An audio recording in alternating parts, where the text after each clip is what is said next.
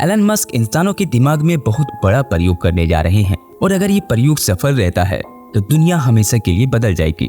अब इस इंसान को ही देखिए, बिना हाथ पैर हिलाए ही डायरेक्टली अपने दिमाग से कंप्यूटर में गेम खेल रहा है। और ऐसा इसलिए मुमकिन हो पा रहा है क्योंकि इस व्यक्ति के दिमाग में एक चिप इम्प्लांट की गई है और ये चिप एलन मस्क की कंपनी न्यूरालिंक ने तैयार किया है। हैरानी की बात यह है कि ये आदमी क्वाड्रिलेजिक है, सेम जैसे लकवे की बीमारियों में होता है।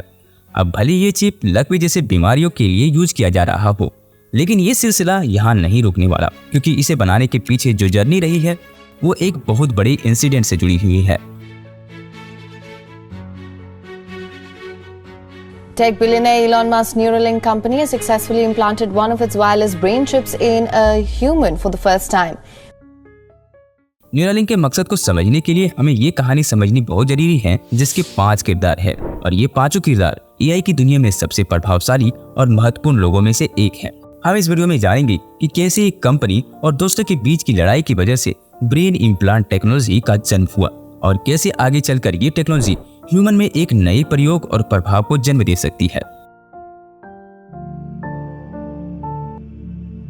न्यूरालिंक और एआई की कहानी की शुरुआत होती है आज से 25 साल पहले 1990 में, जब इंटरनेट ने बाजारों में पहली बार कदम रखा और इस नई लहर पर सवार होकर नए यूथ ने अपनी एक अलग पहचान बनाई। उन्हीं में से एक थे एलन मस्क। एलन मस्क ने पीटर थियल के साथ मिलकर एक ऑनलाइन पेमेंट मेथड बनाया जिसे हम पेपैल के नाम से जानते हैं। साल 2002 में पेपैल कामयाब हुआ तो पेपैल को ईबे ने एक्वायर कर लिया। अब क्योंकि पेपैल का सबसे बड़ा हिस्सा एलन मस्क के पास था, इसलिए एलन मस्क को इस डील का सबसे अधिक पैसा मिला और इसी पैसे से एलन मस्क ने एक नई कंपनी की शुरुआत की जिसे आज पूरी दुनिया स्पेस एक्स के नाम से जाती है। अब स्पेस एक्स प्रोजेक्ट का मकसद लोगों को पृथ्वी से बाहर निकालकर दूसरे प्लेनेट में ले जाना है ताकि पृथ्वी पर अगर भयानक हादसा होता है तो मानव सभ्यता को बचाया जा सके। और यही ख्वाब लेकर मस्क ने बहुत ही ताकतवर रॉकेट बनाना स्टार्ट किया। अब मस्क का सपना जितना बड़ा था उतना ही चुनौतियों से भरा भी था। शुरुआती सालों में स्पेस एक्स के कई लॉन्च लगातार फेल हुए और साल 2009 आते आते मस्क का सारा पैसा खत्म हो गया। ऐसे में उसके पुराने पेपल साथी पीटर थियल ने स्पेस एक्स पर इन्वेस्ट किया और मस्क की कंपनी को डूबने से बचाया। अब मस्क ने जहां पेपैल को बेचने के बाद स्पेस एक्स को स्टार्ट किया, वहीं पीटर थियल अपने आप को एक इन्वेस्टर की तरह स्थापित कर लिया और थियल की स्टार्टअप में काफी अच्छी पकड़ भी थी और मार्केट का अच्छा नॉलेज भी था। पीटर ने उस समय के कई उभरती कंपनियों में इन्वेस्ट किया था। उन्हीं में से एक थी ब्रिटेन की कंपनी डीप माइंड और यही वो कंपनी है जिसको एक्वायर करने के चक्कर में दुनिया भर की भसड़ मची और कई कंपनियों का जन्म हुआ, जिसमें से एक ओपन एआई भी है जिसके प्रोडक्ट को आज लगभग हर कोई जानता है। जी हाँ, चैटजीपीटी। साथ ही brain implant technology company Neuralink का भी जन्म हुआ। साल 2012 में पीटर थियल ने एक कॉन्फ्रेंस ऑर्गेनाइज किया जिसमें दुनिया के तमाम कंपनियों के फाउंडर वहां पर मौजूद थे, जिसमें पीटर थियल ने इन्वेस्ट किया था और इस कॉन्फ्रेंस में एलन मस्क भी मौजूद थे, जिसकी मुलाकात डीप माइंड के फाउंडर डेमिस हेजाबिस से हुई, जो कि एक video game designer, computer scientist और एआई रिसर्चर थे।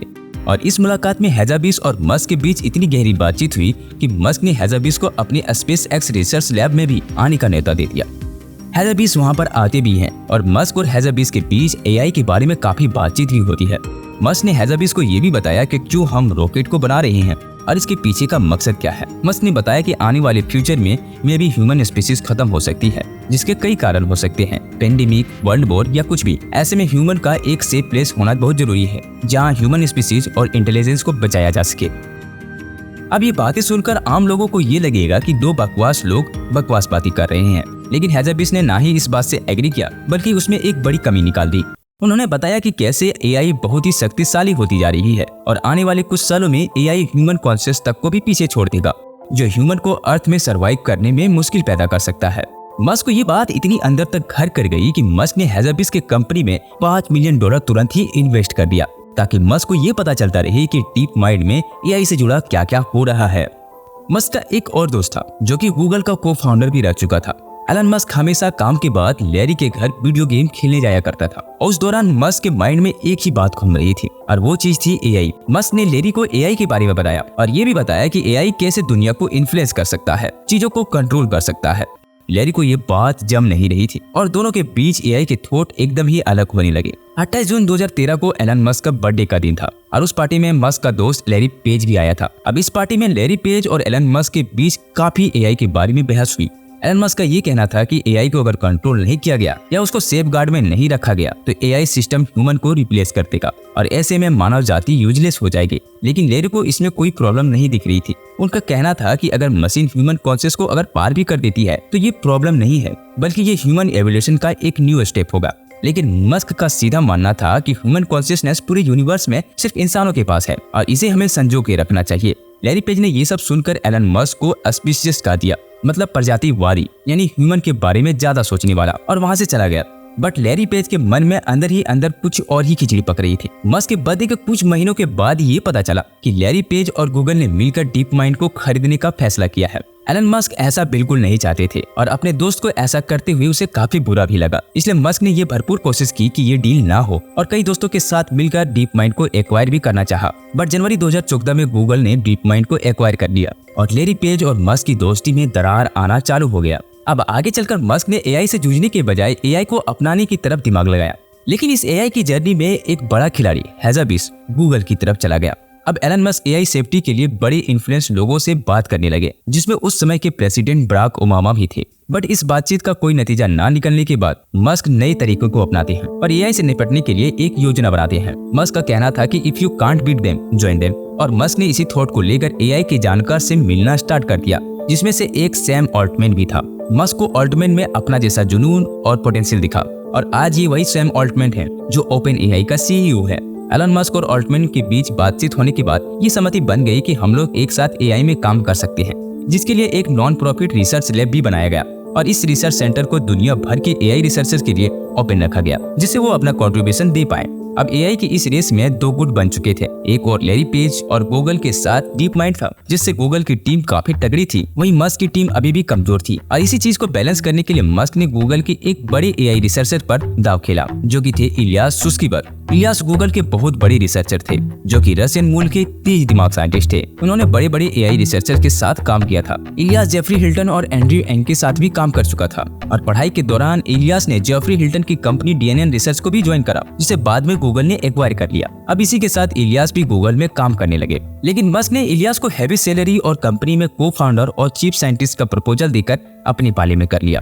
अब एलन मस्क ओपन एआई के साथ मिलकर अपनी दूसरी कंपनी में भी काफी ज्यादा काम करवाने लगे और इसी बीच 2016 में एलन मस्क ने न्यूरालिंक की शुरुआत की, जिसे ओपन एआई के दफ्तर के ठीक ऊपर रखा गया। इसके अलावा मस्क टेस्ला में पहले से ही एआई पर काम कर रहे थे और टेस्ला एआई पावर कार होने के कारण टेस्ला के पास बहुत सारा डेटा था, जो कि एआई को ट्रेन करने में बहुत जरूरी है। मस्क ने कई बार ये भी कोशिश की कि ओपन एआई को टेस्ला के साथ मर्ज कर लिया जाए, बट कंपनी की असहमति के कारण ये संभव नहीं हो पाया और 2018 में मस्क ने ओपन एआई से किनारा कर लिया। उसके बाद मस्क ने अपना खुद का एआई वर्क स्टार्ट किया, जिसमें टेस्ला एक एआई रोबोट बना रहा है, जिसे टेस्ला ऑप्टिमस नाम दिया गया है, जो ह्यूमन और एआई के बीच कनेक्शन बनाने में मदद करेगा। इसी के साथ एलन मस्क एक सुपर कंप्यूटर भी बना रहा है, जिसे लाखों करोड़ों वीडियो के साथ ट्रेन किया जाएगा और एक आर्टिफिशियल न्यूरालिंक तैयार किया जाएगा, जिससे ह्यूमन ब्रेन की नकल की जा सके। मस्क को लगता है कि एआई की बढ़ती ताकत के साथ सेफ्टी को बनाए रखने के लिए एक दूसरा विकल्प होना बहुत जरूरी है और हम लोग जानते हैं एआई में अब तक कितना काम हो चुका है, डीप फेक हो, वॉइस क्लोनिंग हो और बहुत कुछ। अब इस एआई को बढ़ने से रोका नहीं जा सकता। इसलिए मस्क का ये कहना है कि हम लोग एआई को कैसे कंट्रोल कर सकते हैं, उस दिशा में काम करना बहुत जरूरी है। ऐसा नहीं हो कि इनकी खुद के इरादे बनने लगे। इसलिए मस्क ने न्यूरालिंक में सीक्रेटली कई प्रोजेक्ट पर काम किया और न्यूरालिंक में क्या चल रहा है लोगों को बिल्कुल ही नहीं पता था। लगभग अपने गठन के 3 साल बाद 2019 में न्यूरालिंक ने जितने भी रिसर्च किए थे उनको दुनिया के सामने रखा, जिसमें 2 चीजें दुनिया के सामने आई। पहला था न्यूरालिंक का चिप और दूसरी चीज थी न्यूरालिंक का रोबोट, जो सटीकता से इस चिप को मनुष्यों के दिमाग में इम्प्लांट कर सकता है। अब यही वो चिप है जो आने वाले समय में एआई को कंट्रोल करेगा, जिसके बारे में हम कभी और बात करेंगे। अभी हम शुरुआती सालों में न्यूरालिंक ने इस चिप का क्या प्रयोग किया है उस पर बात करेंगे। 2021 में एक वीडियो पूरा वायरल हुआ, जिसमें एक लंगूर अपने दिमाग से ही कंप्यूटर को एक्सेस कर पा रहा था और वीडियो गेम खेल पा रहा था। एक्चुअली उस लंगूर के दिमाग में न्यूरालिंक चिप को इम्प्लांट किया गया था, जिससे वह कंप्यूटर को एक्सेस कर पा रहा था। बट जानवरों के बाद मस्क ये परीक्षण मनुष्यों में करना चाहते थे, बट ऐसा करने के लिए अमेरिका में एक एजेंसी की परमिशन लेनी पड़ती है, जिसका नाम है FDA। अमेरिका में हेल्थ से जुड़ी जितनी भी चीजें हैं वो FDA ही देखती है और FDA हेल्दी यानी स्वस्थ लोगों पर प्रयोग करने की इजाजत नहीं देती। लेकिन मस्क ह्यूमन में प्रयोग करने के लिए एक नया अप्रोच अपनाया। मस्क ने इस चिप को एज अ ट्रीटमेंट की तरह पेश किया। मस्क को ये पता था कि ब्रेन इम्प्लांट की तभी मंजूरी मिल सकती है जब ये बहुत बड़े प्रॉब्लम को सॉल्व करती हो। इसने न्यूरालिंक ने ऐसे मरीजों को टारगेट किया जो ब्रेन और स्पाइनल कोड से रिलेटेड प्रॉब्लम से जूझ रही हो, और न्यूरालिंक ने ऐसे प्रॉब्लम के लिए एज अ सॉल्यूशन की तरह पेश किया, जिससे लोगों का जीवन बेहतर किया जा सके। और फाइनली सितंबर 2023 को न्यूरालिंक को FDA का अप्रूवल मिल जाता है। अब न्यूरालिंक ये ट्रायल ह्यूमन में कर रही है, जिससे आने वाले समय में इस बीमारी से जूझने वाले लोगों को काफी राहत मिलेगी।